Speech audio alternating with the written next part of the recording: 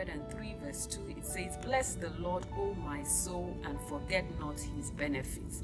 Now, when you read that verse, you begin to wonder, why is God telling me not to forget his benefits, his blessings? If God heals me of a sickness, of a disease, am I going to forget that?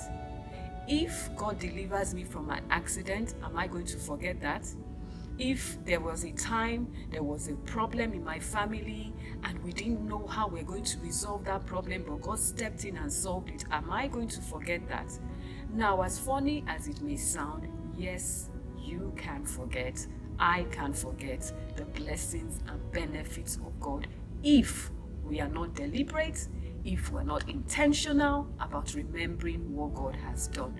So we'll find ourselves in circumstances, in situations where the thing that is uppermost in our mind is not what God has done for us, it's not a blessing. For instance, in Deuteronomy 8, verse 11 to 15, God was telling the Israelites that they need to be careful so that when they have eaten and they are full, when they have built houses, when their heads have increased, that they don't forget God. God was saying that be careful that good times don't make you forget the benefits and blessings of God. So maybe right now you are going through a really good financial time. You want to travel to any country of this world and it's not an issue for you. You can just easily get your visa, get your ticket. You won't beg, you won't borrow to do that. Or right now, it's not an issue for you to sit down and crack your mind. How am I going to get money to eat, money to feed my family? It's not a problem for you. Or it's not a problem for you, to pay your rent or to pay your children's school fees. But once upon a time, there was a time in your life that you were waiting at the bus stop to get a bus to move around.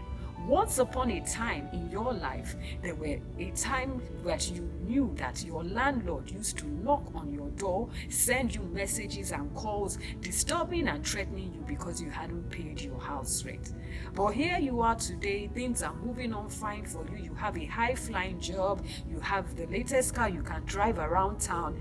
It's so easy for the comfort and the ease of good times to make us forget the benefits of God, the blessings we saw God do for us and give us when we went through tough and difficult times in life.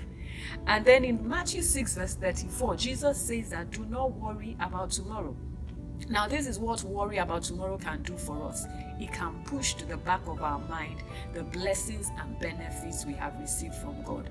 So tomorrow I have a deadline to meet in my office. I need to submit a report. Tomorrow I have some products I need to deliver to my clients. Tomorrow there's an event coming up. I need to plan and prepare for it. And then we can get so worried, so anxious about what is coming up tomorrow that we forget what God has done for us yesterday.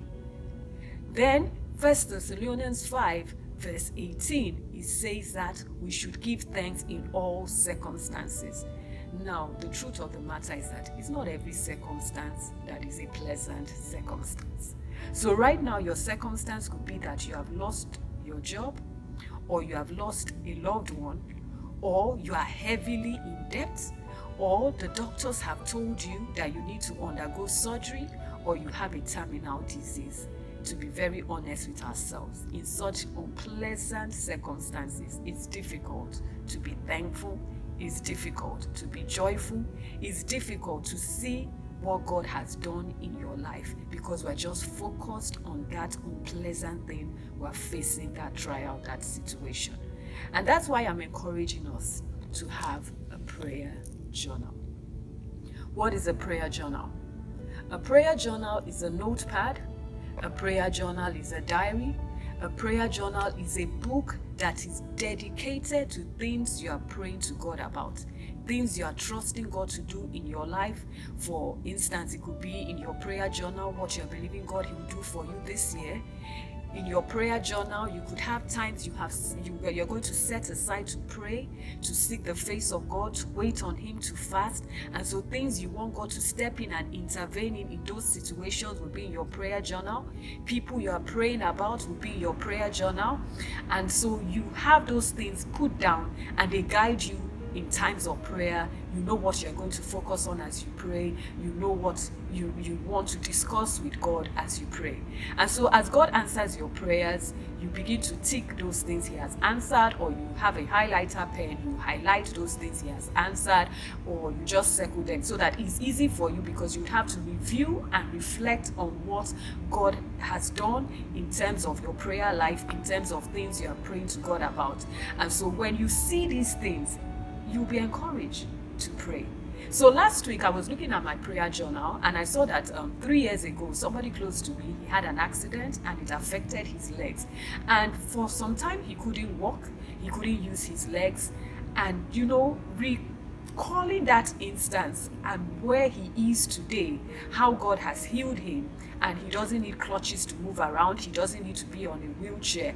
And remembering that, I actually prayed about that and God stepped into that situation, I was encouraged. I actually just smiled when I saw that tick in my prayer journal, and I smiled. So things like that are things that would encourage you that prayer actually works. God actually hears us when we pray, when we call upon him, and that if he did it yesterday, what's going to stop him from being faithful to us today? If he has answered us in time past, why is he going to abandon us today? So you are encouraged, your faith is strengthened, you can pray, you can call on God, because you have instances to bless the Lord for and to recall his benefits, and you are encouraged to believe him for greater benefits, greater blessings.